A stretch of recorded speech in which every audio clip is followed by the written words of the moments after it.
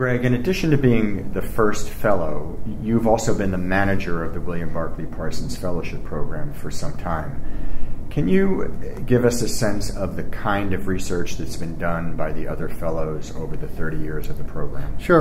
Early on, the topics revolved around transportation, planning and design, and geotechnical and underground engineering.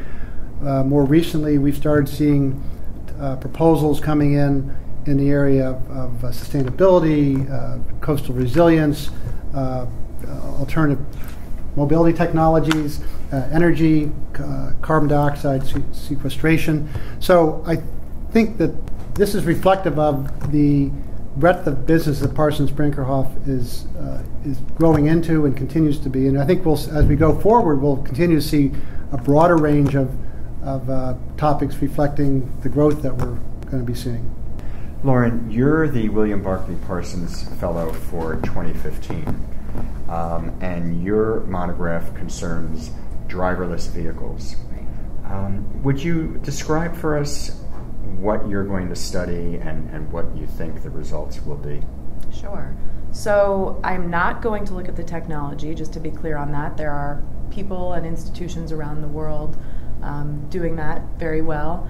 I'm actually looking at how the government can and should respond to the technology as it comes out. So I'm looking at everything from how should the government enforce driverless cars, how should it be regulated, what kind of licenses should be in place, what the land use policy implications might be.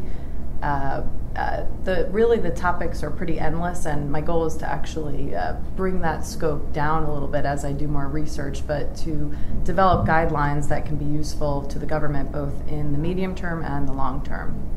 How do you see the future of this program? Where is the fellowship program going, and will it still remain relevant to Parsons Brinckerhoff's mission?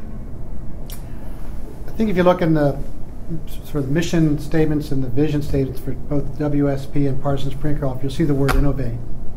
And both our combined organization has a long legacy of being technical innovators and leaders in that. And we're not just followers, we want to be leaders. So I think the fellowship program is one of those means by which we perpetuate that and invest in that leadership.